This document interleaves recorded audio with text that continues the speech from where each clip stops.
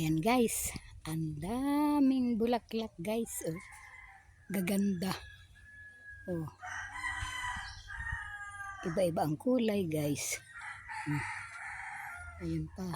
Oh, ayan pa oh.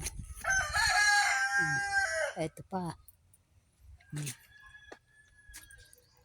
Nakakatuwa naman guys. Pagka ganito may mga halaman kang namumulaklak, parang hindi ka naghihirap.